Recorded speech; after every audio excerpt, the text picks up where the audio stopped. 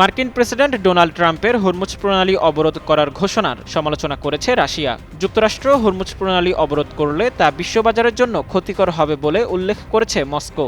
রুশ প্রেসিডেন্টের কার্যালয়ে ক্রেমলিনের মুখপাত্র দিমিত্রি পেসকভ এ কথা জানিয়েছেন।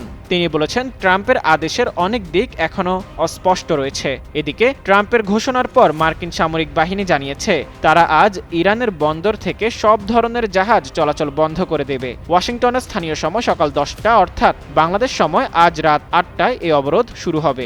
সোমবার ইরান সংশ্লিষ্ট দুটি ট্যাঙ্কার হরমুজ প্রণালী পাড়ি দিয়েছে বলে জানা গেছে। কেপলার এবং এলএসইজি এর শিপিং ডেটা বলছে, ইরানি বন্দর ও উপকূলীয় এলাকাগুলোতে মার্কিন অবরোধের নির্ধারিত সময়ের আগে হরমুজ প্রণালী ছেড়ে গেছে দুটি ট্যাঙ্কার। বিশ্লেষকদের মতে, যুক্তরাষ্ট্র এই অবরোধ কার্যকর করলে বিশ্ববাজারে প্রতিদিন প্রায় 20 লাখ ব্যারেল ইরানি তেল বিশ্ববাজারে ঢুকতে পারবে। ফলে ইতিমধ্যে জ্বালানি সংকটের অস্থিরতা আরও বাড়বে।